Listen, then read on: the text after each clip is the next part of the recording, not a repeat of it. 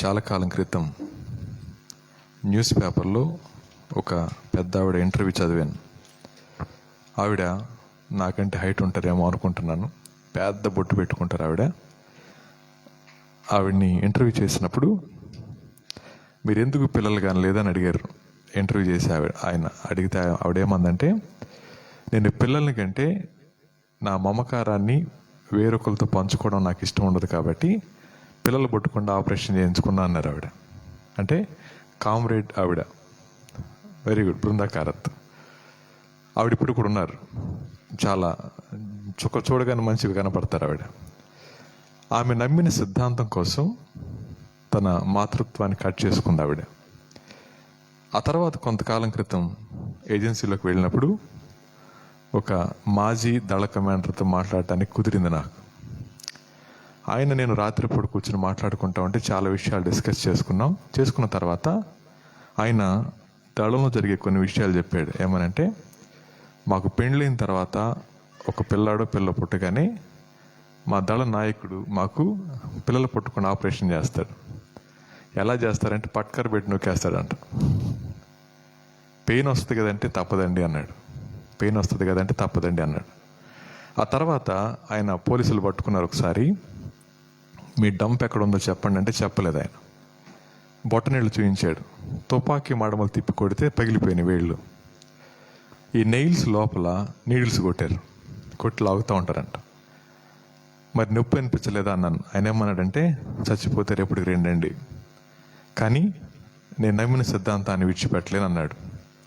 ఈ రెండు విషయాలు ఎందుకు ఈరోజు మనం నేర్చుకోవడానికి ఇష్టపడుతున్నామంటే, భూమి మీద ఎందుకు పనికిరాని లేదా వారు పెట్టుకున్న నియమాలకి మానవుడు అంత కట్టుబడి జీవిస్తూ ఉన్నప్పుడు పరిశుద్ధుడైన దేవుని సేవిస్తూ ఉన్న నీవు నేను ఇంకెంత జాగ్రత్తగా ఉండాలి. అలా జీవించాలి అంటే మనం తెలుసుకోవాల్సిన ఒక సత్యాన్ని ఈ ఉదయం మనం ధ్యానం చేసుకుందాం. నేటి దినాన్న క్రీస్తుని గూర్చి నేర్చుకునే వాళ్ళు కనబడుతున్నాం, కానీ క్రీస్తుని నేర్చుకునే వాళ్ళు తక్కువైపోయాం. లెర్న్ అబౌట్ క్రైస్ట్, కానీ లెర్న్ క్రైస్ట్ అనేది క్రైస్తవులకి అత్యంత విలువైన విషయాన్ని పౌలు గారు చెప్పారు, నేను చెప్పట్లేదు. అది చూద్దాం ఒకసారి. ఎఫెసీయులకు రాసిన పత్రిక 4వ అధ్యాయం 20-21 వచనాలు చదువుకుందాం. అయితే మీరు యేసును గూర్చి విని ఆయన యందలి సత్యము ఉన్నది ఉన్నట్లుగా ఉపదేశించబడిన వారైన యెడల మీరు అలాగూ క్రీస్తును నేర్చుకున్నవారు కాదు. చాలు. ఇక్కడ లెర్న్ క్రైస్ట్ అని ఉంటుంది ఇంగ్లీష్లో. లెర్న్ అబౌట్ క్రైస్ట్ కాదు. యేసు క్రీస్తు ప్రభువారిని గూర్చి తెలుసుకోవాలంటే మందిరానికి అవసరం లేదు. గూగుల్ చేసామంటే బోల్డ్ ఇన్ఫర్మేషన్ వస్తుంది, చాలా నేర్చుకోవచ్చు. కానీ యేసుని నేర్చుకోవాలంటే పర్సనల్ రిలేషన్షిప్ ఉండాలి. సో పౌలు గారు ఏ విషయాన్ని ప్రస్తావిస్తున్నారంటే, పర్సనల్ రిలేషన్షిప్ అనేది దేవునితో ఏర్పడాలన్నప్పుడు దేవుని సమీపానికి రావాలి. దేవుని సమీపానికి వస్తే ఒక వ్యక్తి తన మీద తనకున్న అభిప్రాయాన్ని చేంజ్ చేసుకుంటాడు. ఎలాగండి అంటే, యెషయా గురించి మనం చూస్తున్నప్పుడు 6వ అధ్యాయంలో ఆయన ఏమంటాడంటే, చూడండి ఒకసారి. యెషయా గ్రంథం 6వ అధ్యాయం. యెషయా గ్రంథం 6వ అధ్యాయం. అప్పటిదాకా తనకున్న అభిప్రాయం, ఆ ఎన్కౌంటర్లో జరిగిన అభిప్రాయం చూద్దాం. రాజైన ఉజ్జియా మృతి పొందిన సంవత్సరమున అత్యున్నతమైన సింహాసనమందు ప్రభువు ఆసీనుడై ఉండగా నేను చూచి తిని. చాలు. ఆ తర్వాత ఏం విన్నాడు? వారు సైన్యములకు అధిపతి యెహోవా పరిశుద్ధుడు పరిశుద్ధుడు పరిశుద్ధుడు, సర్వలోకము ఆయన మహిమతో నిండి ఉన్నదని గొప్ప స్వరముతో గాన ప్రతిగానములు చేయుచుండ్రి. ఇది విన్నాడు, చూశాడు, విన్నాడు. ఆ తర్వాత మూడో విషయం ఏంటంటే 5వ వచనం, నేను అపవిత్రమైన పెదవులు గలవాడను, అపవిత్రమైన పెదవులు గల జనుల మధ్య నివసించేవాడను, నేను నశించాను. ఒక డెసిషన్కి వచ్చాడు. క్రీస్తుని కూర్చి చూశాడు, విన్నాడు. దాన్ని ఇప్పుడు ఏం చేశాడు? తన లోపలికి చూసుకోగానే తన ఒపీనియన్ మారిపోయింది. ఇప్పటిదాకా ఎవరైనా ప్రవక్త 56 సంవత్సరాలు లేదా 52 సంవత్సరాల పాటు ఒక రాజును చూశాడు. ఆ రాజు చనిపోగానే కలవరం మొదలైంది. కలవరం మొదలైనప్పుడు దేవుడు దర్శనాన్ని చూపించాడు. వాడు కాదు రాజు, నేను, ఐఎమ్ సావరిన్ అని చెప్పిన తర్వాత ఈయన దేవుని చూడగానే ఒక మాట విన్నాడు, ఆయన పరిశుద్ధుడని. ఇమ్మీడియట్గా ఏమైపోయాడు, నేను అపవిత్రుణ్ణి. బైబిల్లో మినీ బైబిల్ అంటారు యెషయా గ్రంథాన్ని. ఆ మినీ బైబిల్ రాయించడానికి ప్రభు ఇతను వాడుకున్నారు. యేసుక్రీస్తు ప్రభు వారి యొక్క జన్మను గురించి, మరణాన్ని గురించి ప్రవచనాలు ఈయన ఎక్కువ చెప్పారు. ఈయన ద్వారా రాయించాడు ప్రభు. ఆ వ్యక్తి ఏమంటున్నాడు, నేను అపవిత్రుణ్ణి, నేను ఎక్కడున్నాను, అపవిత్రుల మధ్య ఉన్నాను, నా డెస్టినీ ఏంటి, నశించాను. అప్పుడు దేవుడు ఒక మాట అన్నాడు, చూడండి ఏమంటాడు, 6వ వచనం. అప్పుడు ఆ శరాపులలో ఒకడు తాను బలిపెట్టె మీద నుండి కారుతో తీసిన నుప్పును చేతపట్టుకొని నా యొద్దకు ఎగిరి వచ్చి నా నోటికి దాన్ని తగిలించి, ఇది నీ పెదవులకు తగిలిన గనుక నీ పాపమునకు ప్రాయశ్చిత్తమైనను నీ దోషము తొలగిపోయిన నేను. అప్పుడు నేను ఎవరిని పంపేదను, మా నిమిత్తం ఎవడు పోవునని ప్రభు సెలవేయగా వింటిని. అంతటా నేను, చిత్తగించము, నేనున్నాను, నన్ను పంపమనగా. అయిపోయింది. సో ఆ తర్వాత ఏమన్నాడు, నేనంటే నీ సంగతి ఏంటో నీకు అర్థమైంది కదా, ఇప్పుడు నేనేం చేస్తాను. ఏం చేస్తాడు ఆయన, పెదాలకి నుప్పును తగిలించగానే ఏమైపోయింది, పాపానికి ప్రాయశ్చిత్తమైన అన్నాడు. సో పాపానికి ప్రాయశ్చిత్తమైన తర్వాత ఈయన మాటలు మారిపోయినాయి. ఏమంటున్నాడు, ఎవరిని పంపుదును అన్నప్పుడు, యెషయా నువ్వు వెళ్ళొచ్చు అనాలి కదా అన్నాడు ప్రభు. మా నిమిత్తం ఎవరు వెళ్తారు అనగానే నేను వెళ్తాను ప్రభు అన్నాడు. మీ చిత్తం అన్నాడు అనమాట. అన్నప్పుడు సరే వెళ్ళు, అయిపోయింది ఎంతటితో. దేవుని యొక్క సన్నిధికి వచ్చిన తర్వాత మన స్థితి మనకు అర్థమవుతుంది. మన స్థితి మనకు అర్థమైన తర్వాత మన కన్విక్షన్స్ చేంజ్ అవ్వాలి. అలా కన్విక్షన్స్ చేంజ్ కాకపోతే ప్రమాదంలో పడేదానికి అవకాశం ఉంటుంది. పౌలు గారు చాలా స్పష్టంగా మాట్లాడతాడు, కృప విస్తరించిందని పాపంలో నిలిచియుందునా అంటాడు అనమాట. గలతీ పత్రిక రాస్తూ 2వ అధ్యాయం అంటాడు, ఏమంటాడు, నేనంటే పడగొట్టిన వాటిని తిరిగి నేను మళ్ళీ కట్టినడలా. చూడండి ఒకసారి గలతీ పత్రిక 2వ అధ్యాయం 15 వచ్చి చదువుదాం. ఏమండి, 2:18 అండి, క్షమించండి. నేను పడగొట్టిన వాటిని మరలా కట్టినడలా నన్ను నేనే అపరాధినిగా కనబరుచుకుందును కదా. నేనైతే దేవుని విషయమై జీవించు నిమిత్తము ధర్మశాస్త్రం వలన ధర్మశాస్త్ర విషయమై చచ్చిన వాడినైతిని. నేను క్రీస్తుతో కూడా సిలువ వేయబడి ఉన్నాను గనుక ఇకను జీవించేవాడును నేను కాదు, క్రీస్తే నాయన జీవిస్తా ఉన్నాడు. సో యేసు క్రీస్తు ప్రభు వారితో ఎలా ఆయన యునైట్ చేసుకుంటా ఉన్నాడు. నాలో ఉంది ఆయన, నాలో ఆయన ఉంటే నాలో ఎలా ఉండాలి, తిరిగి మళ్ళా విడిచిపెట్టిన వాడిని కట్టకూడదు. ఇక్కడ జాగ్రత్త వినండి, నేను వేటిని పడగొట్టానో వాటిని మళ్ళీ కట్టుకోకూడదు. యేసుక్రీస్తు ప్రభు వారిని అంగీకరించిన తర్వాత వేటిని విడిచిపెట్టడానికి తీర్మానం చేసుకున్నాం, తిరిగి మళ్ళీ వాటిని కడతా ఉంటే మనం ఏం చేస్తున్నాం చెప్పండి, మన ఫౌండేషన్ సరిగా లేదన్న విషయం అర్థమవుద్ది. అందుకనే యోహాను గారు రాస్తూ, నా చిన్న పిల్లలారా ఏమంటాడు, ఒకవేళ ఇన్ కేస్, పర్వాలేదనలో ఇన్ కేస్ మీరెవరైనా పాపం చేస్తే క్రీస్తు అని ఉత్తరవాది మీ పక్షాన ఉన్నాడు. ఏం చేస్తాడు ఆయన, మీ కొరకు విజ్ఞాపన చేస్తున్నాడు. ఇన్ కేస్ అన్నప్పుడు he may not continue in that sin, పాపములో కొనసాగుతూ ఉండలేడు. దెర్ ఈస్ ఎ పాసిబిలిటీ, పడే ఛాన్స్ ఉంది. కానీ ఒప్పుకొని విడిచిపెట్టిన తర్వాత తిరిగి మళ్ళా అదే పాపంలో పదే పడుతున్నామంటే మన ఫౌండేషన్ ఎక్కడో తేడా ఉంది. అందుకని ఒక పెద్ద సేవకులు ఉన్నారు, దేవరాజు అన్న, మీకు తెలుసు. ఆయన ఏమంటాడంటే, ఒకడు పదే అదే పాపంలో పడతా ఉంటే వాడు ఫౌండేషన్ సరిగా లేదు, వాడి రక్షణ విషయాన్ని ఒకసారి ఆలోచించాలంటాడు అనమాట. ఆ మాట అన్నప్పుడు అనిపించింది, దేవుని గూర్చి నేను తెలుసుకుంటా ఉంటే నా జీవితంలో తేడాలు ఉంటాయి. దేవుడు తెలిస్తే నాలో వచ్చే మార్పు వేరుగా ఉంటుంది. ఎందుకు ఈ మాట చెప్పానంటే, చాలాసార్లు యేసును నేర్చుకునే దగ్గర దేవునికి సమీపంగా వెళ్తే ఏం కనపడుతుంది, మన మీద ఉన్న డాగులు కనపడతాయి. చీకట్లో ఉంటే నేను తెల్లగానే కనపడతా, కానీ వెలుగులోకి వస్తే నా మీద ఉన్న చిన్నవి కూడా కనపడతా ఉంటాయి. అలాగే దేవునికి దూరంగా ఉన్నప్పుడు ఎంతైనా మాట్లాడవచ్చు, కానీ దేవుని దగ్గరికి వస్తే ఒకే మాట మాట్లాడతాం, అయ్యో నేను నశించిపోయానని.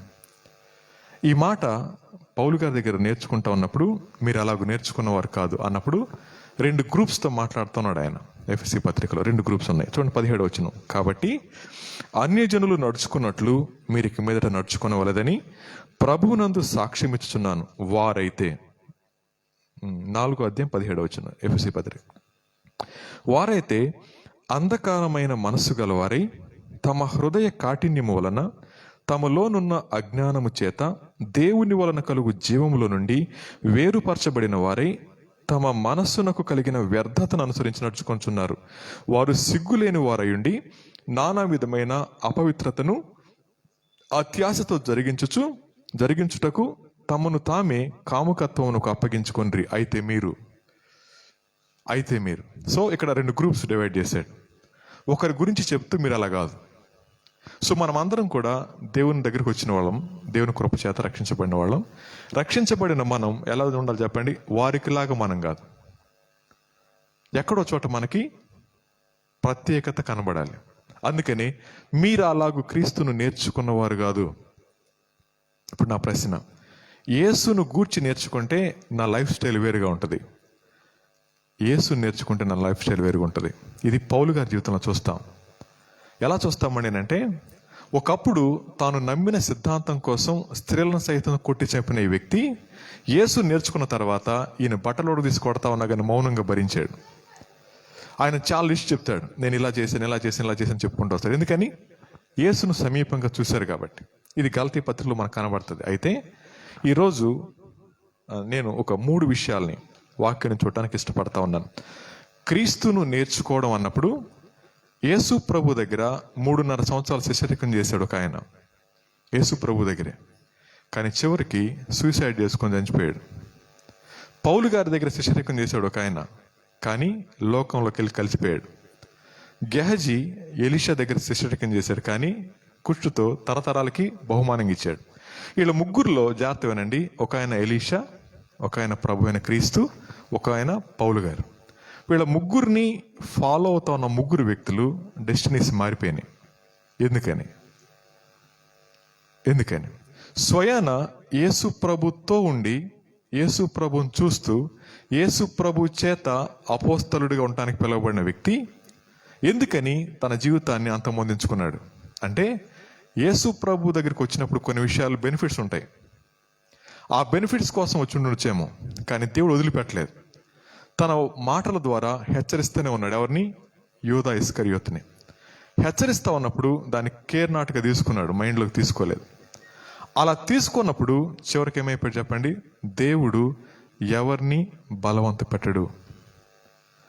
బైబిల్ ఏం చెప్తాను నేనంటే, యూదా పశ్చాత్తాపడిన కానీ అని ఉంటుంది అక్కడ, రిమోర్స్ అనే మాట. సో రిపెంటెన్స్ లేదు. ఈ దినాన్న మనం నేర్చుకోవాల్సిన విషయం ఏంటంటే, మనమున్న వర్క్ ప్లేస్లో కానీ మన కుటుంబాల్లో కానీ నేను క్రీస్తును నేర్చుకున్నవాడినైతే క్రీస్తులా బ్రతుకుతాను, క్రీస్తును గూర్చి నేర్చుకున్నవాడినైతే నాలా బతుకుతాను. జాగ్రత్తగానండి. రిఫరెన్సెస్ అన్న చెప్పారు కదా, పేజ్ నెంబర్ చెప్పారు, నంబర్ కూడా చెప్పారా లేదు? చెప్పినప్పుడు ఎంత జాగ్రత్త చదివితే అలా గుర్తుంటుంది? చాలా జాగ్రత్త చదవాలి. ఎంత ఆసక్తి ఉండాలి? ఎంత వాక్యానికి దగ్గరికి వెళ్తే అంత ఎక్కువగా మనం ప్రభువులో బలపడతా ఉంటాం. ఒక కండిషన్ పెట్టారు అన్న, ఏమని? నేను నంబర్ చెప్పాను కదా అని చెప్పి మీరు బైబిల్ చదవటం మానేయద్దు. అప్పుడప్పుడు అలవాటు చేసుకొని చదువుతూ ఉండని చెప్పి, అంటే వాక్యంతో పరిచయం అయ్యే కొద్దీ మన జీవితాల్లో ఎన్లైటన్మెంట్ కనపడాలి. రెండోది, గతంలో వేటిని విడిచిపెట్టామో అవి మన జీవితాల్లో తిరిగి మళ్ళీ కొనసాగింపబడకూడదు. కొనసాగింపబడుతుందండి అని అంటే మనం ఎక్కడో తేడాలో ఉన్న మన విషయాన్ని గుర్తుపెట్టుకోవాలి. అయితే ఇక్కడ 3 విషయాలు చూద్దాం. ఒక్కొక్క స్టేట్మెంట్ తీసుకొని జస్ట్ సింపుల్గా ముగించిన ప్రయత్నం చేద్దాం. రాజుల 2వ గ్రంథం, how we deceive ourselves, మనల్ని మనం ఎలా మోసం చేసుకుంటాం అని ఆలోచిస్తే ఈ 3 చూద్దాం ఒకసారి. 2 రాజుల గ్రంథం 5వ అధ్యాయం 25-26 వచనాలు చదువుతారా?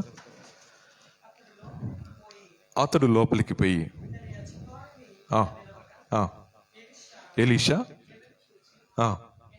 గెహజీ, నువ్వు ఎక్కడి నుంచి వచ్చావు అడిగినందుకు వాడు, నీ దాసుడు నేను ఎక్కడికి పోలేదన్నాడు. అప్పుడు ఒక మాట ఏమన్నాడు? అంతటా ఎలీషా వార్త ఎట్లా నన్ను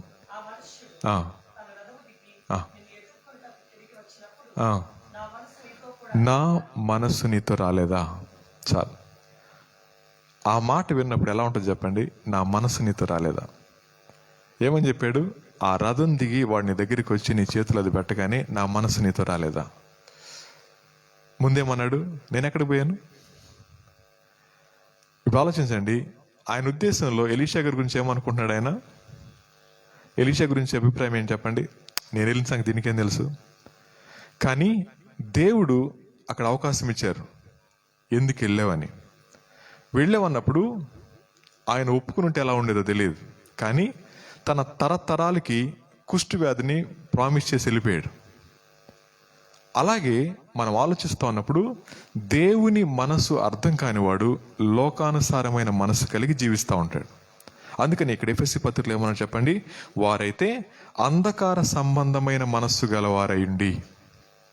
సో దేవుని మనసు వేరు, అంధకార సంబంధమైన మనసు వేరు. దానికి అక్కడ అంటాడు అజ్ఞానము చేత అని, తర్వాత ఏమంటాడు?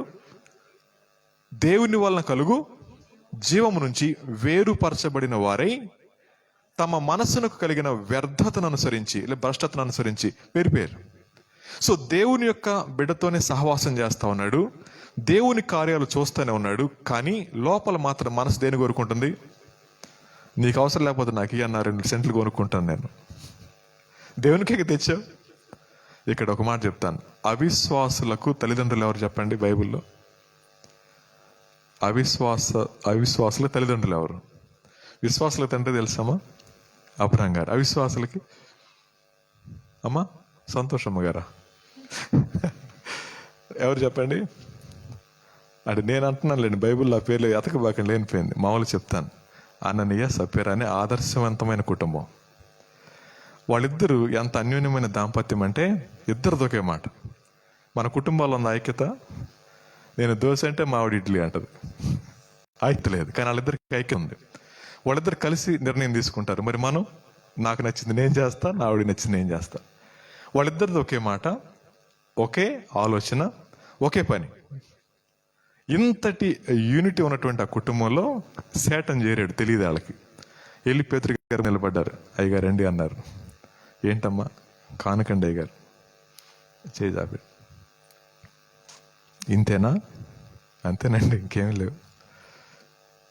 వెంటనే అంటాడు, ఎంత ధైర్యం నీకు? నిన్నెవడు అడిగాడు? దేవుణ్ణి దుఃఖపరచడానికి, దేవుణ్ణి మోసం చేయడానికి నీకు ఎవరు అలా ప్రేరేపించారు? అనగానే మాట కంప్లీట్గా అలా పడిపోయాడు. పడిపోగానే అలా ఆవిడ వచ్చింది కాబోగా ముసుకేసుకుని, అయ్యగారండి అయ్యగారండి అని. ఈయన మోసుకెళ్ళిపోయారు. ఆవిడ కూడా మాట్లాడకముందే వెనక్కి పడిపోయింది. ఒకవేళ అలాంటి పేతురు గారే ఇక్కడ నిలబడి మనం కూడా ఇక్కడ నుంచి అలాగే మాట్లాడుతున్నాం అనుకోండి, ఎరగ తీసుకుని పడిపోతే మోసుకెట్ట 4 మిగలరు అనుకుంటాను నేను. అర్థమవుతుందమ్మా? ఇప్పుడు జాగ్రత్త వినండి. దేవుని ఇప్పుడు ఆయన అడగలేదు. ఎవరు అడిగారా? పేతురు గారు అడిగాడా? బాబు తీసుకురండి అని అడిగాడు? ఎవరు అడగల. వాళ్ళు డెసిషన్ తీసుకున్నారు. వాళ్ళకు వాళ్ళే వచ్చారు, వాళ్ళకు వాళ్ళే తీర్మానం చేసుకున్నారు. అంటే లోకానుసారమైన మనస్సు విడిచిపెట్టకుండా దేవుణ్ణి వెంబడించడం అనేది ఈజీ. అలా వెంబడిస్తూ ఉన్నప్పుడు మనల్ని మనం మోసం చేసుకోవడం కూడా ఈజీ. ఎలీషా గారు ఆ మాట అన్నారు, నా మనసు నీతో రాలేదా? యేసయ్య నేను కలిసి స్నేహం చేస్తా ఉంటే ఆయన నాతో కూడా వస్తే నేను ఒక స్త్రీతో అక్రమంగా ఏమైనా చేయగలనా? యేసయ్య నాతో వస్తే నా మాటల్లో ఆయన చూపించిన దయ నేను చూపించకుండా మానగలనా? అలా చూస్తున్నానని నేనంటే ప్రభు అంటున్నాడు, నా మనసు నీతో లేదు కదా అని. ఇప్పుడు నా ప్రశ్న, గెహజీ దగ్గర నుంచి అక్కడ డీటెయిల్స్లోకి వెళ్ళట్లేదు, బయటకు వచ్చేస్తాను. ఎలీషా గారు అన్న మాట దగ్గర గెహజీ తలంచుకున్నాడో గుండెలు బాదుకున్నాడో మనకు తెలియదు. కానీ ఏమన్నాడు? ఎందుకు అలా చేసావు? నువ్వు బండి దిగి ఆ రథం దిగి వచ్చినప్పుడు, నువ్వు చేయి జాపినప్పుడు నేనేమన్నానో నీకు గుర్తు రాలేదా? వెంటనే ఏమన్నాడు గెహజీ? ఏమనలా. మారు మాటలో శరీరం అంతా కూడా అది తన తరతరాలకి బ్లెస్సింగ్ ఇచ్చాడు. జాగ్రత్తగా గుర్తుపెట్టుకుందాం, మనం సేవించే దేవుడు పరిశుద్ధుడు. అందుకని భక్తి, గాడ్లీనెస్ అంటే ఏమంటారంటే, నేను ఎవరిని సేవిస్తా ఉన్నానో ఆయన వలె బ్రతకడానికి భూమి మీద మనం చేసే ప్రయత్నం. కంప్లీట్గా దేవుడు అయిపోతామని చెప్పట్లేదు, అవునా? అందరితో సమాధానము, పరిశుద్ధత కలిగి ఉండడానికి ట్రై చేయండి. పరిశుద్ధత లేకుండా ఎవడు సమాధానం రాకపోవచ్చు, నాకు జల్లికి పడకపోవచ్చు, ఇది పర్వాలేదు, కానీ పరిశుద్ధత లేకపోతే ట్రై చేయండి, ముందు సమాధాన పడండి, లేకపోతే పర్లేదు. ఇది మాత్రం నో. సో పరిశుద్ధుడైన దేవుని నేను సేవిస్తూ ఉన్నప్పుడు అపరిశుద్ధతను అంతరంగంలో పెట్టుకొని ఎలా పరిశుద్ధమైనటువంటి దీనిలో మనం పాలు పంపులు పొందుతాం? కొందరు కనబడలేదు అంటాడు, కొందరు అప్పటికి వెళ్ళిపోయారు అంటాడు, కొంతమంది రోగగ్రస్తులయ్యారు అంటారు. సో నేను సేవించే దేవుడు అటువంటి వాడు ఆయన. అందుకని కొలసీ పత్రికలో ఆయన అంటాడు, సిన్కి ఒక సైకిల్ ఏంటో తెలుసా అండి? అక్కడేం ఉండదులేమ్మ, నేను చెప్తాను వినండి, అవసరమైనప్పుడు చూపిస్తాను చూద్దరుగా. పాపానికి ఒక చక్రం ఏంటండి అంటే ఫ్యూయల్.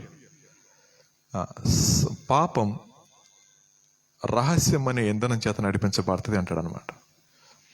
పాపం అనేది రహస్యం అనే ఇంధనం చేత నడిపించబడుతుంది అంటాడు. ఇక్కడ కూర్చున్న మనం అందరం కూడా పైకి బాగానే ఉంటున్నాం, కానీ సీక్రెట్ లైఫ్ ఎలా ఉంది? గెహజీ ఎలీషాతోనే ఉన్నాడు, కానీ సీక్రెట్ లైఫ్ ఎలా ఉంది? తన మనసు దేవుని మనసుతో బైండ్ కాలేదు. అలా అయితే నా జీవితం మారిపోద్ది, నా జీవితం మారిపోద్ది. ఈ మాటలు వింటా ఉన్నప్పుడు నేను యేసును నేర్చుకున్న వాడినైతే నా జీవితం వేరుగుంటుంది. యేసును గూర్చి నేర్చుకుంటే నా జీవితం నాలాగానే ఉంటుంది. ఇప్పుడు నా ప్రశ్న, మన కుటుంబాల్లో అరే నువ్వు మారేవరని ఎవరైనా చెప్పారా? భర్త కానీ, భార్య కానీ, పిల్లలు కానీ, తల్లి కానీ, తండ్రి కానీ. బయట వాళ్ళు చెప్తారు, ఇంట్లో చెప్పరు. ఎందుకని? మనం మారలేదు కాబట్టి. Same old fashions, same old life style. So ఈ ఉదయకాల సమయాన నేను క్రీస్తుని ఎలా నేర్చుకుంటా ఉన్నాను? చాలా సింపుల్ వర్డ్సే, సింపుల్ మూడు మాటలే చెప్పుకుంటూ వెళ్ళిపోతాను, చాలా సింపుల్గా. కొంచెం ఆలోచిద్దాం.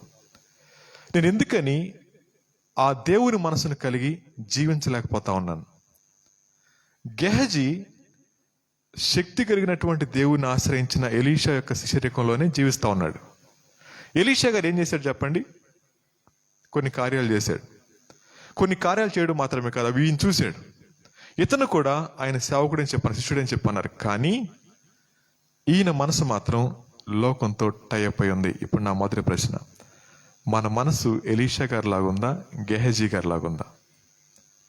పరీక్ష చేసుకుంటే ఇంకా లోక విషయాల చేత మనం బంధించబడి వాటి ప్రక్కన లాగబడతా ఉంటే బీ కేర్ఫుల్,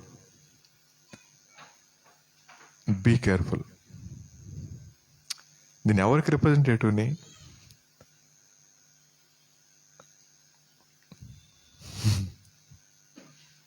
చిందులేయటం కాదు, అర్థమైందా? ఒకప్పుడే ఒక ఆయన అన్నాడంట, నేను అప్పుడు లేను కాబట్టి నా దేవుడిని సిలువేశారా, రండి ఇప్పుడు చూసుకుందామని.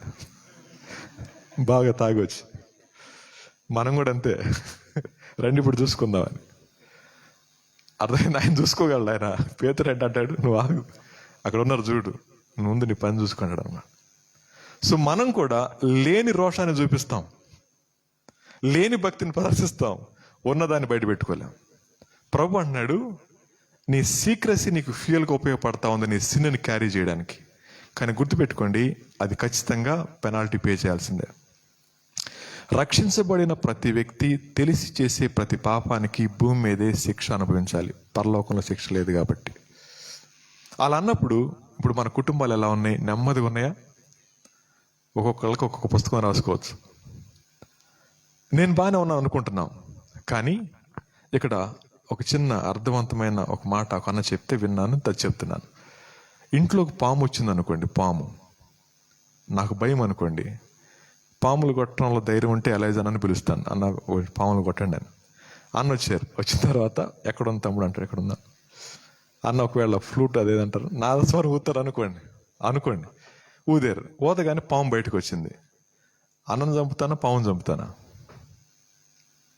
ఏమనుకోబాకండి, అన్నను కొడతానా, పావును కొడతానా? చెప్పండి, పర్లేదు. పావునే కొడతారా? ఇప్పుడు ఆలోచించండి, మీ ఇంట్లో మీకెవరంటే కోపం? ఎవరు మీకు కోపం తెప్పిస్తారు అమ్మా? ఎవరు కోపం తెప్పిస్తారు? ఒకవేళ భార్య అనుకోండి, మగాళ్ళం కానీ భార్యను తిడతానా, నాలో ఉన్న కోపాన్ని తిడతానా? భర్తను తిడతానా, నాలో ఉన్న కోపాన్ని జడ్జ్ చేసుకుంటున్నా? ఖచ్చితంగా నా భర్తనే తిడతా, నా భార్యనే తిడతా. ఎందుకని? నేను ఇప్పుడు చంపుతుంది ఎలైజానని, పాముని కాదు. మన లోపల ఏ పాపాలు ఉన్నాయో దేవుడు చూపిస్తూ ఉంటాడు. చూపించడానికి కొన్ని మీన్స్ వాడుకుంటాడు ఆయన. వాడుకున్నప్పుడు మనం ఏం చేస్తాం, వాళ్ళ మీద కక్ష పెట్టుకుంటాం. కానీ ఇంత ఘోరమైన వ్యక్తిని నేను లోపల ఉన్నానా అని అర్థమైంది అనుకోండి, ఏడుస్తాను. ఇప్పుడు ఆలోచిద్దాం. నా భార్య నన్ను తిడతా ఉంది, నాకు కోపం వస్తుంది. కోపం రాగానే దండం పెట్టి, అమ్మా నేను ఇప్పటిదాకా పరిశుద్ధుడు అనుకున్నాను, కానీ నా లోపల ఇంకా కోపం అనే పాపం ఉంది. ఈ పాపాన్ని దేవుడు నీ ద్వారా నాకు చూపించాడు, నీకు వందనాలు అన్నాను అనుకోండి నా భార్యని. నీకు తిట్టుద్దా? తిట్టాక నోరు వస్తుందా? అది నిన్ను తిట్టిన ఒకటి అనుకుంటుంది. అప్పుడు తిరిగి మళ్ళీ ఎప్పుడన్నా జరిగినప్పుడు తిరిగి మళ్ళీ నా దగ్గరికి రాగలదా? ధైర్యం చేసి మాట్లాడగలదా? సమస్యల కారణం ఏంటంటే దేవుడు మనలో చూపిస్తా ఉన్న కొన్ని విషయాల్ని ఒప్పుకొని విడిచిపెట్టడం చేత కానప్పుడు నాదస్వరం ఊదిలోని తిడతాం. నేను బాగానే ఉన్నా అనుకుంటున్నాం. ఇప్పుడు ఆలోచించండి. చాలా మంది అంటారు, మా నాన్న తాగుపోతున్నా, మారు మనసు లేదు. మరి మీ నాన్నతో ఎలా డీల్ చేస్తున్నావు? మా అమ్మ మాటిందన్నా, మరి మీ అమ్మగారితో ఎలా డీల్ చేస్తా ఉన్నావు? నా భర్త మాటిండన్నా, భర్తతో ఎలా ఉంటా ఉన్నావు అన్నప్పుడు నేను లోపల ఉన్న వాటిని చంపాలి. కానీ నా లోపల ఉన్న వాటిని బయటకు ఎవరు తెస్తున్నారు? వాళ్ళని చంపుతున్నాం మనం. ఈయన అంటున్నాడు, గెహజీ నీతో నా మనసు రాలేదా? సో దేవుని సేవకుడైన ఎలీషాతోనే ఉన్నాడు, కానీ లోపల పాముని పెంచుకుంటా ఉన్నాడు. సో ఇక్కడ కోపం అనగానే మీకు చిన్న క్లారిఫికేషన్ ఇవ్వాలి. దేవుని నామాన్ని బట్టి రోషం కలిగి ఉండటం వేరు. ఫినెహాస్కి వచ్చింది ఆ కోపం కాదు, మంది. ఫినెహాస్కి ఏమొచ్చింది? దేవుడు ఓర్వలేని దాన్ని ఈయన ఓర్వలేకపోయాడు. కాబట్టి ఒక్క దెబ్బకు పొడిచేసాడు అంతే, ఇద్దరిని ఒక్క దెబ్బకే. ఆ బల్లి కిందకి దిగితే ఇద్దరు ఒకే దెబ్బ చచ్చిపోయారు. సంఘం అంతా ఏడుస్తూ ఉంది అక్కడ. కానీ ఒక యవనస్తుడు, ఒక ప్రధాన యాజకుడు కొడుకు వచ్చి తీసుకెళ్లి అమ్మాయిని తీసుకెళ్లి పాపం చేస్తా ఉంటే అడగలేదు పర్మిషన్, ఏమన్నా వేసేయమంటారా, నేను వెళ్ళిపోయాడు అంతే. సో సంఘం అంతా బాధపడతా ఉంటే ఎలా ఎంజాయ్ చేస్తున్నాడు ఈయన? అది దేవుని యొక్క మనసు అయితే ప్రపంచం అంతా కూడా ఏడుస్తూ ఉంది ఇప్పుడు. దేనికోసం? చావుతో భయంగా చచ్చిపోతా ఉంది. ఎందుకని? ఎటు నుంచి ఏమొస్తుందో తెలియట్లేదు. అలా భయాల మధ్య ఉన్నప్పుడు దేవుడు అంటా ఉన్నాడు సొలొమోను గారితో, ఆ రాత్రి చర్చి ప్రతిష్ఠ అయిపోయిన తర్వాత పండుకుంటే 2 దినవృత్తాంతాల 7:14 ఏమంటే చెప్పండి, నా పేరు పెట్టబడిన నా ప్రజలు తమను తాము తగ్గించుకొని తమ పాపాలు ఒప్పుకొని విడిచిపెట్టి నన్ను వెతికిన ఎడల దేశాన్ని క్షమిస్తాను. సో పాపం మనలో ఉంది, మనతో ఉంది. దాని ద్వారా ఒకవేళ మన కుటుంబం కానీ, మన దేశం కానీ, రాష్ట్రం కానీ, ఒకవేళ ప్రపంచం కానీ ఇబ్బంది పడతా ఉంటే ఖచ్చితంగా మనం ఒప్పుకొని విడిచిపెట్టాల్సిందే. అలా విడిచిపెట్టినప్పుడు తిరిగి మళ్ళీ కొనసాగిస్తున్నామంటే నా ఫౌండేషన్ సరిగా లేదు. నా ఫౌండేషన్ సరిగా లేనప్పుడు ఎంత పెద్ద బిల్డింగ్ కట్టినా కానీ కుప్పగూలిపోద్ది, అంతే, కుప్పగూలిపోద్ది. సో దేవుడు ఈ ఉదయకాల సమయాన్ని మాట్లాడుతూ ఉంది, నా మనసు నీతో రాకపోవడానికి నీ మనసు ఎవరితోనే ఉంది, అది ఒకసారి చెక్ చేసుకుందాం. అందుకని అక్కడ అంటున్నాడు పౌలు గారు, మీరు అలా పిలువబడిన వాళ్ళు కాదు, మీరు అలా నేర్చుకున్నవారు కాదు. సో లెర్న్ క్రైస్ట్ అనేది ఇట్స్ ఎ కాస్ట్లీ. నేను ఎవరిని? క్రైస్తవుడిని. క్రీస్తు లేకుండా నేను లేను అని అంటే యెహోవా సాక్షులు క్రైస్తవులని పేరు పెట్టుకొస్తారు. వాళ్ళు క్రైస్తవులా? కాదు. కానీ వాళ్ళు వాడుకునేది క్రైస్తవులని పేరే. వాళ్ళు ఏం చెప్తారు? పాపం లేదంటారు. ఒకవేళ చనిపోతే తిరిగి మళ్ళీ లేచి పుడతావు, అదే కుటుంబంలో పుడతావు, అదే కుటుంబంలో కలిసి పిల్లల్ని కంటావు, మళ్ళీ జీవితం కొనసాగిస్తావు. సో ఈ ఉదయకాల సమయాన్ని ప్రభు అంటా ఉన్నాడు, where is your heart, where is my heart. First question ఇది గెహజీ విషయంలో. రెండో దగ్గరికి వద్దాం.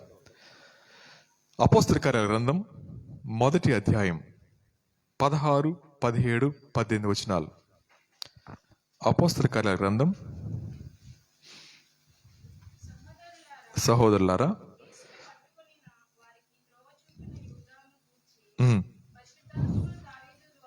పరిశుద్ధాత్మ దావీదు ద్వారా పూర్వము పలికిన లేఖనం, అతడు మనలో ఒకడిగా ఎంచబడిన వాడై ఈ పరిచర్యలో పాలు పొందెను. ఈ యూదా ద్రోహము వలన రోకల్నిచ్చి అతడు తలక్రిందులుగా పడి నడిమికి బద్దలైన వాడై, చాలు, ఈ పరిచర్యలో పాలు పంపులు పొందినాడు. ఎవరంటున్నారు ఆ మాట? డాక్టర్ లూక్ అంటున్నారు. సో డాక్టర్ లూక్ ఏమన్నారండి అంటే, ఈ పరిచర్యలో పాలు పొందాడు మన సహోదరుడు. ఇక్కడ కూర్చుని మనందరం ఆలోచించేద్దాం.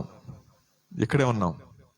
ఒకవేళ మనం కూడా ఇస్కరియోతు యూదాలా ఉంటే ఎంత ప్రమాదం. ఇస్కరియోతు యూదా లైఫ్ని కొంచెం జాగ్రత్తగా భూతద్దం పెట్టి చూసినప్పుడు ఆయన డౌన్ఫాల్ ఎలా ఉందో ఒకసారి గబగబా రెఫరెన్సెస్ చెప్తాను. రాసుకోండి, లేకపోతే పర్లేదు వినండి. మొట్టమొదటిగా లూకాసు వార్త 6వ అధ్యాయం 12-13 వచనాల్లో ఆయన శిష్యుల్ని ఏర్పరచుకొని అపోస్తలుగా వారు నియమించనని ఉంటుంది. మొట్టమొదటి శిష్యుడు, దెన్ అపోస్తలుడు మొదటిది. ఆ తర్వాత రెండోది యోహాను సువార్త 6వ అధ్యాయంలో ప్రభు అంటాడు అని సాతాను అంటాడు, డెవిల్ అంటాడు. జాగ్రత్త వినండి, చెప్పిన తర్వాత చెప్తాను. ఆ తర్వాత యోహాను సువార్త 12:6లో ఏమంటాడంటే దొంగ అంటాడు అనమాట. ఆ తర్వాత యోహాను సువార్త 13:10లో అతన్ని డిఫైల్డ్ అనే మాట వాడాడు. ఆ తర్వాత యోహాను సువార్త 13:21 అంటాడు ఆయన్ని ట్రైటర్ అంటాడు. ఆ తర్వాత అతను సూసైడ్ చేసుకున్నాడు. ఆ తర్వాత చివరికి ఏమంటాడంటే యోహాను సువార్త 17లో ద సన్ ఆఫ్ డిస్ట్రక్షన్ అంటాడు. ప్రారంభం ఎక్కడుంది? శిష్యుడు, అపోస్తలుడు, నెమ్మదిగా డిగ్రేడ్ అయిపోతా ఉన్నాడు. మనమందరం లోకం నుంచి సపరేట్ చేయబడ్డాం. పిలవబడిన మనం పిలుపుకు తగినట్లుగా జీవించాలి. కానీ ఈయన అనేక సార్లు దేవుని చేత హెచ్చరించబడిన వాడైనప్పటికీ తనలో ఉన్న లోపాన్ని గుర్తించినట్టుగా జీవించాడు. ఏమన్నాడు? ధనాశ అన్న గురించి మాట్లాడితే, ఎందుకు డబ్బులు వేస్ట్ చేస్తారు, పేదలకి వచ్చు కదా అన్నాడు. అక్కడేమంటాడు? వీడి పేదల మీద ప్రేముడు కాదు కానీ వాడి జేబులో డబ్బు సంచి ఉంది కాబట్టి అంటాడు. అన్నప్పుడు దేవుడు హెచ్చరించాడు, ధనవంతుడు పరలోక రాజ్యానికి. ఎవరి గురించి మాట్లాడాడు ఆయన? ఎవరైతే అక్కడ హెచ్చరించాలనుకున్నాడో ఆయన గురించి మాట్లాడుతున్నాడు. సో దేవుడు ఇస్కరియోతు యూదాని వదిలిపెట్టలేదు. ఆయన ఏమి పోరా అనలేదు. ఆయన నేర్పిస్తూనే ఉన్నాడు, మాట్లాడుతూనే ఉన్నాడు, ప్రేమిస్తూనే ఉన్నాడు. కానీ ఆ ప్రేమని అర్థం చేసుకోవడంలో ఫెయిల్ అయ్యాడు. చివరికి ఆలోచించండి ఒకసారి, ద సన్ ఆఫ్ డిస్ట్రక్షన్. ఈ పరిచర్యలో పాలు పంపులు పొందినవాడు ఎలా? ఆయన పశ్చాత్తాపడ్డాడంటే తన పాపానికి తనే పనిష్మెంట్ చేసుకుంటున్నాడు. తిరిగి పశ్చాత్తాపడితే క్షమిస్తారన్న విషయం తెలుసు, ముద్దు పెట్టి వెళ్ళిపోయాడు. మనం కూడా దేవుని దగ్గరికి వెళ్ళి, ప్రభా నీకు ముద్దు పెడుతున్నా, వెళ్ళి సిలువుకు మేకులు కొట్టుకో అని మన ఇష్టానుసారంగా జీవిస్తా ఉన్నప్పుడు ఆయన కార్చే రక్తం ఏమంటుంది తెలుసా? నువ్వు పెట్టిన ముద్దే ఇది. నువ్వు నన్ను ముద్దు పెట్టుకుంటున్నావు, కానీ దేనికి అప్పగిస్తా ఉన్నావు? సిలువుకు అప్పగిస్తా ఉన్నావు. దేవుని పిల్లలమని చెప్పుకుంటూ, దేవునితో సహవాసం చేస్తున్నామని చెప్పుకుంటూ, ఒకవేళ నా ప్రవర్తనలో కానీ నా జీవితంలో కానీ క్రీస్తు ప్రభువుని చూపించకుండా ఉన్నట్లయితే రేపటి దినాన ఆయన ఎక్కడుంటారు? Son of destruction. నిజంగా ఇటు పుట్టకుండా ఉంటే మేలు రావు. ఎంత వేదన ఉండాలి. సో దేవునికి మనం తెలుసు, కానీ దేవుణ్ణి తెలుసుకోవడం మనకి ఇష్టపడితే మన జీవితంలో ట్రాన్స్ఫర్మేషన్ జరుగుతుంది. నేను సేవించే దేవుడు ఎవరో నాకు అర్థమైతే నా జీవితంలో మార్పు వస్తుంది. అలా రానప్పుడు మనం దేవునిలో కొనసాగలేం. అందుకే నేను అంటా ఉన్నాడు ద సన్ ఆఫ్ డిస్ట్రక్షన్ అని. ప్రవచనం నెరవేరాలి, ఓకే, కానీ అంత సమీపంగా చూసి ఎలా వదిలిపోయాడు? మనకు చాలా కాలం క్రితం దేవుని సేవకులు ఉన్నప్పుడు, పెద్ద సేవకులు ఉన్నప్పుడు, భక్సింగ్ గారు అటు కనపడినప్పుడు వాళ్ళని చూస్తే మనకు కూడా మోకాళ్ళు వంగే అని పెద్దవాళ్ళు చెప్తూ ఉంటారు. ఒకవేళ ట్రావెల్లో ఉన్నప్పుడు కారు పంచర్ అయితే ఈ నెల్లి కారు పక్కన కూర్చొని మోకాళ్ళేసి ప్రార్థన చేసేవారంట. ఆయన ప్రార్థన చేసేంతవరకు అందరూ ఆగేవాళ్ళు అంట, అట్లాగే ప్రార్థన చేసుకుంటుండేవాళ్ళు అంట దారిలోనే. ఎందుకని అలా? వారిని చూస్తా ఉన్నప్పుడు వీరిలో కూడా మార్పు వచ్చింది. వారిని చూసినప్పుడు ఫాలోవర్స్లో కూడా మార్పు వచ్చింది. కానీ నేను యేసు ప్రభువుని చూస్తే ఎందుకని నా జీవితంలో మార్పు రావట్లేదు? ఎందుకని నా జీవితంలో ఆ చేంజ్ కనపట్టలేదు? కనబడకపోగా ఒకవేళ నేను పాపంలో కొనసాగుతూ ఉంటే దేవుడు ఏమనడు, మనల్ని మనం అప్పగించుకుంటాం. దేవుడు కృప చూపిస్తూనే ఉంటాడు, కానీ మనకి మనమే అప్పగించుకున్న వారం అవుతాం. సో అక్కడ చాలా స్లైట్గా అపవాది మనల్ని దారి తప్పిస్తాడు. స్లైట్గా మీరు గూగుల్ మ్యాప్లో చూస్తే స్లైట్ రైట్ అని ఉంటుంది. స్లైట్ రైట్ అని అక్కడ చిన్న యారో ఉంటుంది అనమాట. ఒక్కసారి కనుక ఇట్టేసామా ఇక రావు మళ్ళీ వెనక్కి. ఇక మళ్ళీ యూటర్న్ కూడా ఉండదు, కొన్ని చోట్ల అయితే వెళ్ళిపోతూనే ఉంటుంది అది. So life is one way. వెనక్కి చూసుకోవడమే కానీ వెనక్కి వెళ్ళడం తెలియదు. అర్థమవుతండి? వెనక్కి చూసుకోవచ్చు ఎంత దూరం వచ్చాం, కానీ వెనక్కి వెళ్ళలేం. బాల్యంలో నిక్కర్లు వేసుకున్నా అంటే కుదరదు ఇప్పుడు వేసుకుంటే. అప్పుడు చూసి ఎత్తుకునే వాళ్ళు ఇప్పుడు కుదరదు. చిన్నప్పుడు అమ్మ నన్ను ఎత్తుకోమంటే ఎత్తుకుని గుండెల మీద పెట్టుకుని, ఇప్పుడు ఎత్తుకోమంటే ఏనిగిలాగా ఉండవు కదరా అంటది. అర్థమవుతుందండి? సో పెరుగుతున్నప్పుడు ఖచ్చితంగా మారాలి. క్రీస్తు ప్రభువులో ఇంకా పసిపిల్లలుగా ఉండకూడదు, ఎదగాలి అంటాడు. మేము పాలు తాగేటట్టు అనుకుంటారు, ఇంకా మీరు పలావ్ తినాలి అంటే ఖచ్చితంగా ఆ చేంజ్ కనుక మనం కనబడకపోతా ఉంటే ఎక్కడో మనం ఆగిపోయాం. ఉదాహరణకు అనుకుందాం, నేను ఇంకా 40 సంవత్సరాల బాలుడిని అంటే ఎలా ఉంటుంది? 40 సంవత్సరాల బాలుడిని. నాకు తెలిసిన ఒక అన్న అక్కున్నారు, వాళ్ళకి 75+ ఉంటాయి. వాళ్ళ కొడుకు 43 years, ఇంకా బాలుడే. 43 years, మెంటల్లీ రిటార్డెడ్. ఆ పిల్లాడికి యూరినల్స్కి వాళ్ళని తీసుకెళ్ళాలి, ఏదైనా వాళ్ళే చేయాలి, బయటికి వెళ్ళాడు. ఎంత పేషెన్స్ ఉంటుంది చెప్పండి వాళ్ళకి? ఇద్దరు ప్రభు నమ్ముకున్న వాళ్ళు, ఇద్దరు ఎంప్లాయీస్, ఇద్దరు రిటైర్డ్, ఒక్కడే కొడుకు, కంటికి రెప్పలా చూసుకుంటా ఉన్నారు. వయసు 43 years, కానీ ఇప్పటికీ యూరిన్ ఇన్ఫెక్షన్స్ వస్తూ ఉంటాయి. తల్లి క్లీన్ చేయాలి, ఎలా ఉంటుంది చెప్పండి? 43 years తల్లి క్లీన్ చేస్తూ ఉంటుంది. కానీ ఆ పిల్లాడిని చూసినప్పుడు ప్రభు కూడా, రే రక్షించబడి 10 సంవత్సరాలు అయిందిరా, ఇంకా నీకు పాలేం తాపిస్తుండ్రా, ఎదగరా. ఎక్కడో డిఫార్మిటీ ఉంది నీ లోపల, అలైన్మెంట్ ఉంది, ఎక్కడో నువ్వు తేడా కనపడుతున్నావు, అనారోగ్యంగా ఉండాల్సి ఉన్నావు, ఎదగట్లేదు. ఎదగకపోతే డాక్టర్ని ఖచ్చితంగా చూపించాల్సిందే, కన్సల్ట్ అవ్వాల్సిందే. దేవుడు అంటా ఉన్నాడు, చాలా కాలంగా నీ కోసం ఎదురు చూస్తా ఉన్నాను, కానీ ఎదగట్లేదు. నువ్వు ఎదగకపోగా అనారోగ్యం పాలవుతా ఉన్నా ఉంటే తల్లికి ఇబ్బంది పడతానే ఉంటుంది. సో ప్రభు తన కృపను చూపిస్తూ మనల్ని పోషిస్తున్నాడు, సంరక్షిస్తా ఉన్నాడు, అన్ని చేస్తా ఉన్నాడు, కానీ ఎదగట్లేదు. సో ఇస్కరియోతు యూదా 3.5 years ఉన్నాడు ప్రభువుతో. ప్రభువుని కళ్ళారా చూశాడు. ఆయన లైఫ్ స్టైల్ తెలుసు, ఎలా ప్రార్థనకి వెళ్ళేవారో, ఎలా ప్రేమించేవాడో, ఎలా అని ఆదుకునేవాడు. కానీ ప్రభువుకు మాత్రం తన హృదయంలో స్థానం లేదు. మరి దేనికి ఉంది? అరే ఇంత త్వర ఉంటే మినిస్టర్ పదవిని వస్తా అనుకున్నాను, ఎందుకు ఈ నమ్మేస్తే పొలం 30 రూపాయలని వస్తాయి అనుకున్నాడు ఆయన. డబ్బులు ఇస్తే హోమ్ మినిస్టర్ వస్తాడు అనుకున్నాడు ఆయన. రాజ్యం వస్తుంది కదా, హోమ్ మినిస్టర్ నేను అనుకున్నాను, కానీ పని అవ్వట్లేదు, నన్ను చంపేస్తారు అన్నాడు. అనగానే వెంటనే ఆ 30 రూపాయలకి అమ్మేస్తే సరిపోద్దిగా, అమ్మేశాడు. అనుభవించాడా? అపవాది అనేక రకాలుగా మనల్ని మభ్యపెట్టి నశించే లోకాన్ని ఎరగవేసి నిత్యత్వం నుంచి మన చూపును మళ్లించడానికి అపవాది ట్రై చేస్తూనే ఉంటాడు. కానీ ప్రభు మనల్ని వదిలిపెట్టడు. ఎవరో ఒకళ్ళ ద్వారా, ఎలాగొకళ్ళ ద్వారా, సేవకుల ద్వారా మాట్లాడుతూ బీ కేర్ఫుల్, బీ కేర్ఫుల్ అని చెప్తూనే ఉంటారు. కానీ బలవంతంగా ఏలిపెట్టి చూపించరు. ఆకాను పేరు దేవుడికి తెలీదా? యెహోషువ ఏమంటాడు? మీలో ఒకడు అంటాడు, ఆకానని చెప్తే తెలిపోనుగా, ఈయన అందరిని కూర్చోబెట్టి, బాబు మనలో ఎవరో పాపం చేశారంట అంటాడు. ఆకాన్ మౌనం కూర్చుంటాడు, ప్రైజ్లాడు అన్నాను ఉంటాడు వచ్చి కూర్చొని. అని తర్వాత సరే ఎవరండి అంటే పలానా సుబ్బారావు గారి కుటుంబం అంట. ఆ సుబ్బారావులు 3 మంది ఉంటారు. మీరెవరు ఉన్నారు? సుబ్బారావు గారు లేరుగా, లేనిపోయింది మళ్ళీ. ఆ తర్వాత పలానా వంశం అంట, పలానా గోత్రం అంట, పలానా అనగానే అప్పుడు నేను అంటాడు, ఎస్ నేను పాపం చేశాను అంటాడు. ముందే చెప్తే ఎన్ని ఛాన్సెస్ ఇచ్చాడు దేవుడు. ఇక్కడ ఒక మాట చెప్తాను, దేవుడు ఎంత గౌరవిస్తున్నాడు మనల్ని. ఒకవేళ ఈ గాడిద లాంటి నాకు ఒక జ్ఞానం ఇచ్చి పలానా రాజేష్లో ఉన్న పాపం, నాన్న రాజేష్ అంటే మళ్ళీ వేరే అనుకోకండి, నేనే రాజేష్, నాలో ఉన్న పాపాన్ని ఒకవేళ బయటికి చెప్పడం మొదలు పెడితే ఉండగలను నేను ఇక్కడ. ఒకవేళ నాకు ఒక వరం ఇచ్చి సుధీర్ ఇలా అని చెప్పిష్టం మొదలు పెట్టాడు అనుకోండి, ఆ కుర్చీ ఇసిరి నా ముఖాన్ని కొట్టి వెళ్ళిపోతాడు. ఉన్నాడు కుర్చీ కొట్టిందేమో ఆపరా అని, వెళ్ళిపోవటమేమో తట్టుకోలేక, తప్పని కాదు తట్టుకోలేక. ఈ ఉదయకాల సమయాన దేవుడికి తెలియక కాదు, అక్కడేమో ఎలీషా అంటున్నారు నా మనసు నీతో రాలేదని. ఇక్కడేమంటున్నాడు ప్రభు, నువ్వు పట్టుకుని ఉంటే బాగుండు కదరా, నీకు ఇచ్చిన అవకాశాలు ఇంకోటికి ఇచ్చుంటే ఈ పాటికి ఎంత బాగుండేవాళ్ళు.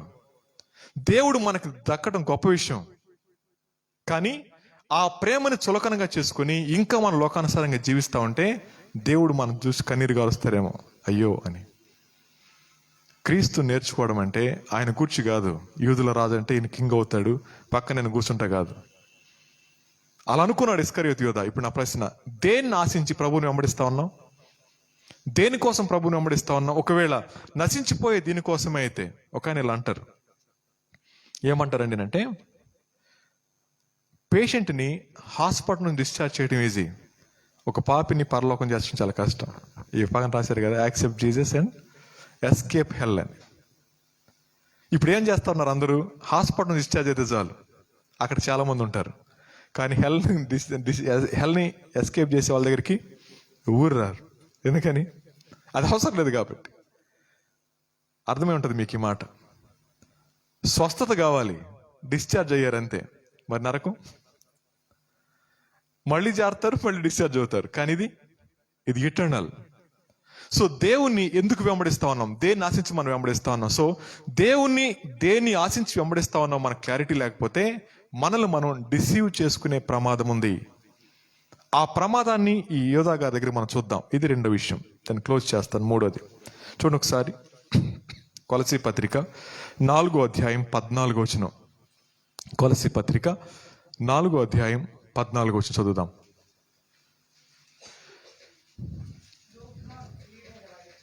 లోక అను ప్రియుడైన వైద్యుడు తేమాయు వందనాలు చెప్తున్నారు. చాలు. కొలసీ పత్రికలో కొలసీ సంఘాన్ని ఎప్పుడు పౌలు గారు దర్శించలేదు, జస్ట్ లెటర్ రాశాడు అంతే.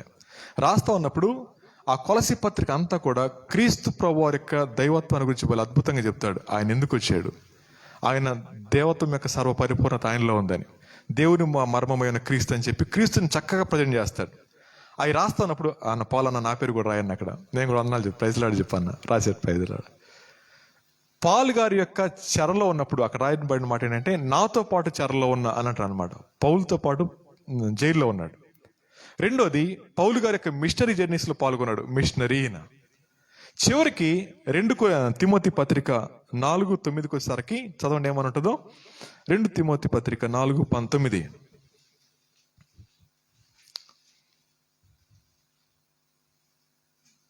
4:9.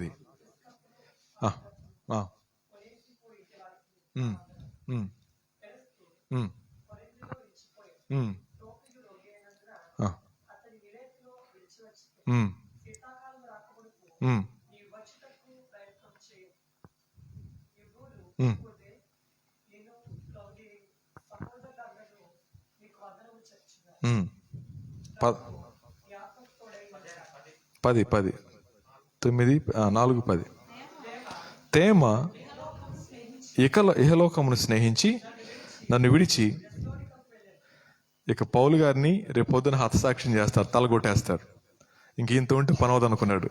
పౌలు గారిని కొట్టేస్తే నెక్స్ట్ ఎవరు తలగొట్టాలా? తేమాదో లేకపోతే ఎవరితో కొట్టేస్తారు. కాబట్టి ఇక్కడ ఉంటే పనవద్దని చెప్పి ఎక్కడికి వెళ్ళిపోయాడు. మళ్ళీ వెళ్ళిపోతే బాగుండని చెప్పి వెళ్ళిపోయి చరిత్రకాలు ఇలా చెప్తారు ఏమనంటే వాళ్ళ ఇంట్లో ఒక పూజారిగా, వాళ్ళ ఊర్లో చిన్న పూజారిగా తన జీవితాన్ని ముగించారని చెప్తారు. ఒక మిషనరీ నీలాటి వాళ్ళతో కాదు, ఎవరితో స్నేహం చేశారని అంటే స్వయాన క్రీస్తు ప్రభు వారితో ఒకళ్ళు, స్వయాన భక్తుడైన ఎలీషా గారితో ఒకళ్ళు, స్వయాన బ్రతికితే క్రీస్తు చావైతే లాభం అన్న పౌలు గారితో ఒకళ్ళు. కానీ ఈ ముగ్గురి డెస్టినీ చాలా దారుణంగా ఉంది. అలా అని ఈ ముగ్గురితో కలిసిన వారు మంచిగా లేరని కాదు, మనల్ని ఎలా డిసీవ్ చేసుకుంటూ చూస్తున్నాం కాబట్టి. అయితే మనల్ని మనం డిసీవ్ చేసుకోకుండా ఉండాలి అని అంటే ఒక వచనం చూద్దాం. అపోస్తల కార్యాల గ్రంథం 24వ అధ్యాయం 16వ వచనం. అపోస్తల కార్యాల గ్రంథం 24వ అధ్యాయం 16వ వచనం.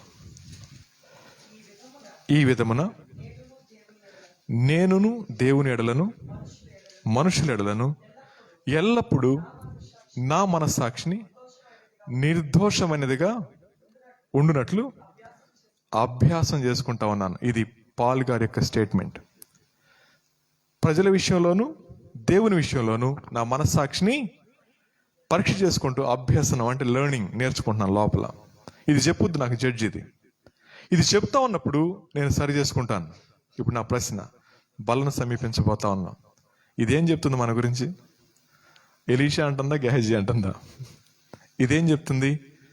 నువ్వు క్రీస్తు అంటుందా లేకపోతే ఇస్కరియోతు యోధా అంటుందా?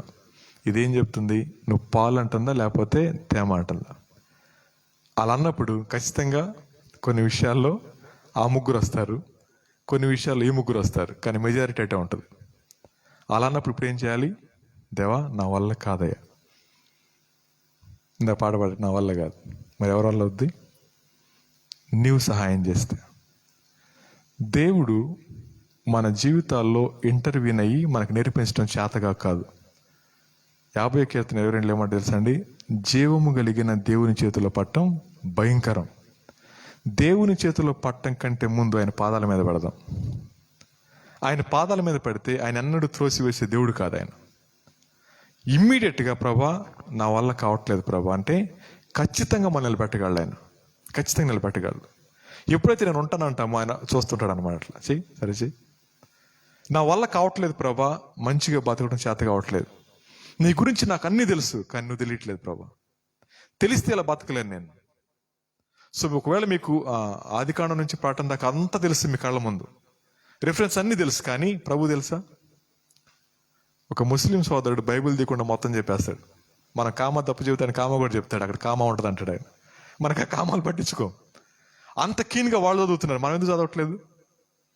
వాళ్ళేమో తప్పు ఎతకాలని, మనమేమో మన దేవుడే. కానీ జాగ్రత్త వినండి, మనం సేవించే దేవుడు జీవము కలిగిన వాడు ఆయన. ఆయన ఎల్లప్పుడూ మనతో ఉండటానికి ఇష్టపడే దేవుడు ఆయన. అలాంటి దేవుణ్ణి ఎంతగా దుఃఖపరుస్తూ ఉన్నాము. సో ఈ మూడు ఎందుకు చెప్పుకున్నామండి అంటే, పౌలు గారు అంటా ఉన్నాడు, క్రీస్తుని నేర్చుకోండి, క్రీస్తుని గూర్చి కాదు. సో క్రీస్తుని గూర్చి నేర్చుకోవడానికి బైబిల్ అవసరం లేదు, గూగుల్ కూర్చుని బోర్డులు వస్తాయి. కానీ క్రీస్తు నేర్చుకోవడం ఆయనతో ఇంటిమేట్ రిలేషన్షిప్ని మెయింటైన్ చేయాలి. ఆయనతో ఇంటిమేట్ రిలేషన్షిప్ మెయింటైన్ చేస్తే ఆయన సారూప్యతలకు మనం మలచబడుతూ ఉంటాం. ఒకవేళ మీరు టీచర్స్ అనుకోండి, మీరు ఎవరిని ఇమిటేట్ చేస్తారంటే మీ స్కూల్లో మిమ్మల్ని బాగా ఇంప్రెస్ చేసిన టీచర్ని ఇమిటేట్ చేస్తారు. అర్థమవుతుంది ఎందుకని? వాళ్ళు మనకి సైన్స్ టీచర్ బాగా ఇష్టం అనుకోండి, నేను సైన్సే తీసుకుంటా. లెక్కలు టీచర్ ఇష్టం అయితే లెక్కలే తీసుకుంటా. నాకు వచ్చి కాదు, టీచర్ అంటే ఇష్టం కాబట్టి. నాకు ఇప్పుడు లెక్కలు రావు, ఎందుకంటే టీచర్ కొట్టారు నన్ను. అప్పుడు నాకు లెక్కలు రావు ఇప్పుడు, అంతే. మామూలు కొట్టరు, ఇడిదిప్పి కొట్టారు. ఇప్పుడు లెక్కలు అసలు లెక్క కూడా వేయలేను నేను. ఇక 3+4 అంటే ఆలోచిస్తాను ఒకసారి. వెంటనే నాకు ఆశా టీచర్ గుర్తు వస్తారు. ఆ పేరు ఆశా టీచర్ గారు. ఎందుకని? నాకు ఆవిడ మీద ఇంట్రెస్ట్ లేదు, అంటే ఆవిడ కొట్టింది కాబట్టి. సైన్స్ టీచర్ ప్రేమించాడు, రే బొమ్మ బలి వేసేవారా, ఎలాగేసినా సరే. నేను తప్పు చేసిన ఎంకరేజ్ చేసేవారు, పర్లేదు బాగా వేసేవారు, బాగా వేసావు అని చెప్పి. ఆ విషయాన్ని బట్టి నేను నేర్చుకోవడానికి ఇష్టపడాను. ప్రభు అంటున్నాడు, జాగ్రత్త, ఇక్కడ తప్పు చేస్తున్నావు, జాగ్రత్త, ఇది సరి చేసుకోకపోతే నీకే నష్టం అన్నారు అనుకోండి. అలాగే ప్రభు నేను నేర్చుకుంటాను. ఈ ఉదయకాల సమయాన్న ప్రభు అంటున్నాడు, మన మనస్సాక్షి మన మీద దోషారోపణ చేస్తూ ఉంటే ఇమ్మీడియట్గా ప్రభు పాదాల మీద పడదాం. ఒకవేళ మన మనస్సాక్షి కనుక మొద్దుబారిపోతే చేయగలిగింది ఏమీ లేదు. ఆయన అంటున్నాడు, నీ కొరకు నా కొరకు విరవబడిన శరీరం అంటున్నాడు, మన కొరకు కాచిన రక్తం అంటా ఉన్నాడు. దాన్ని సేవిస్తూ ఉంటే టేస్ట్ పుల్లగా ఉందే అనుకోవటం కాదు, బ్రెడ్ కొంచెం ఎక్కువ తింటే బాగుండు అనుకోవటం కాదు. ఆ మాంసం బాగా నలిగిపోతే నీసు వాసన వస్తుంది. అది ఒకసారి మా ఇంటి దగ్గర యాక్సిడెంట్ అయింది, వెళ్ళి చూశాను. ముగ్గురికి ఈ బాడీ కింద నుంచి పైకి ఏం పార్ట్లు లేవు, చిన్న చిన్న మాంసం అయిపోతే మున్సిపాలిటీ వాళ్ళు మట్టి జల్లి పారలతో కార్లు వేస్తూ ఉన్నారు ఆటోలో. ఆ 1/2 కిలోమీటర్ దూరం స్మెల్ వస్తూనే ఉంది. నాకు వెంటనే ఇది గుర్తొచ్చింది, ప్రభా ఎలా దున్నబడింది నీ శరీరం, ఎంత ప్రేమించావంటే నీ మాంసం చిదిమేసి అంత ఘోరమైంది నా పాపం. అది గుర్తొచ్చిన పరిస్థితి నాకు అనిపిస్తుంది, ఇంతగా నన్ను శ్రమ పెట్టినా ఎంత ప్రేమిస్తున్నావు ప్రభా. వాళ్ళ రూపం లేదు, ముఖం లేదు అసలు వాళ్ళకి. ఆయన స్వరూపమైన సొగసైన లేనివాడిగా మన ముందు నిలబడి అంటున్నాడు, ఇది నీ పాపం వల్ల నాకు వచ్చిన బహుమానం ఇది. అంతగా గాయపెట్టి ఇంకా సంతోషపడుతున్నామంటే మన కఠినాత్మలు అంటారా, లేకపోతే ప్రేమ కలిగిన వాళ్ళు అంటారు? రొట్టె ఆయన శరీరానికి సాదృశ్యంగా ఉంది. దాన్ని తీసుకుంటా ఉన్నప్పుడు నేను ఎగ్జామిన్ చేయాల్సింది, ఇది నేను నీకు ఇచ్చిన గిఫ్ట్ ప్రభా. నేను ఇచ్చిన గిఫ్ట్ని నువ్వు తీసుకొని నీవు నాకు గిఫ్ట్ ఇస్తా ఉన్నావు. నేను ఎంత దోషం చేయబోతే ఆయన శరీరం అంతగా నలుగుతుంది. అది ఆయన ఆఖరి రక్త పుట్టు వరకు పిండారు, ఆయన ఒక్క చుక్క కూడా లేదు, నీరు రక్తం కలిసి కారుతా ఉంది. సో పెరికార్డియం పగిలి నీళ్ళు వస్తున్నాయి. ప్రభు ఒక్క చుక్క కూడా లేదు, ఒక్క చుక్క కూడా లేదురా. ఇంతగా ప్రేమించాను నేను, ఇంతగా ప్రేమించిన నా కోసం ఎందుకని అలా జీవించలేకపోతున్నాను? ఈ మాట మనం ప్రశ్నిస్తూ ఉంది. ఆ బలలో చేయివేటకి వెళ్తున్నప్పుడు గబగబా కళ్ళు తెరిచి నోట్లో మొక్కేసుకోవటం కాదు, అది చేతిలోకి రాగానే మనకు భయము వణుకు రావాలి. ప్రభా ఆయన అంటే శపిస్తాడని కాదు, ప్రేమ గురించి. ఆ ప్రేమ అర్థమైతే మన హృదయం ద్రవించుకుని ఉండలేదండి. ఆ ప్రేమ అర్థమైతే ఈ గత వారం దినాల్లో ఎన్నిసార్లు దుఃఖపెట్టామో మనం పెద్దగా ఆలోచించాల్సిన పని లేదు. ప్రభా నీ పాదాల మీద పడుతున్నాను ప్రభా, నీ ప్రేమకి అపాత్రుడు నేను అని ఇమ్మీడియట్గా మనం సరెండర్ చేసుకోగలిగినప్పుడు ఈ దినాన్న ప్రభు ఏదైతే నేర్పించారో ఆయన నమ్మకత్వాన్ని బట్టి మనం కొనసాగబడతా ఉన్నాం. ఆ నమ్మకత్వాన్ని మనం దుర్వినియోగపరచకూడదు. ప్రభు నన్ను నమ్మాడు. ఒకవేళ ఈ అమలాపురంలో ఈ గ్రేస్ చర్చిలో ఉన్న మనల్ని నమ్మాడు, ఒకవేళ దేవదూతలు అంటే ప్రభు వాడిన నువ్వు నమ్మింది. చూడ రాజేష్ గారు చూడు ఎట్లున్నాడు, వాడు తప్ప నాకు ఇంకెవరు లేరురా, వాడినే నమ్మాను నేను. ప్రభా కుటుంబంలో ఆ అమ్మాయిని నమ్మేవా? చూడు అమ్మాయి ఎలా ప్రవర్తిస్తుందో. ఆమె తప్ప నాకు ఇంకెవరు లేరయ్యా, ఆ అమ్మాయిని నమ్మాను నేను. నమ్మిన దేవుణ్ణి మోసం చేసేవారిని నయవంచికలు అంటారు. నమ్మిన దేవుణ్ణి చీట్ చేసే మనల్ని నయవంచికలు అంటారేమో. అలా ఉండకుండా ఉండాలనంటే మన మనస్సాక్షి ఏ ఏ విషయాల్లో దోషారోపణ చేస్తూ ఉందో ఒక్కసారి పరిశీలన చేసుకొని మన బలలో పాలు పంపులు పొందాం. రండి చిన్న ప్రార్థన చేసుకుని మనం. ప్రేమ కలిగిన తండ్రి, నీ నమ్మకత్వాన్ని బట్టి, నీ విశ్వాసతను బట్టి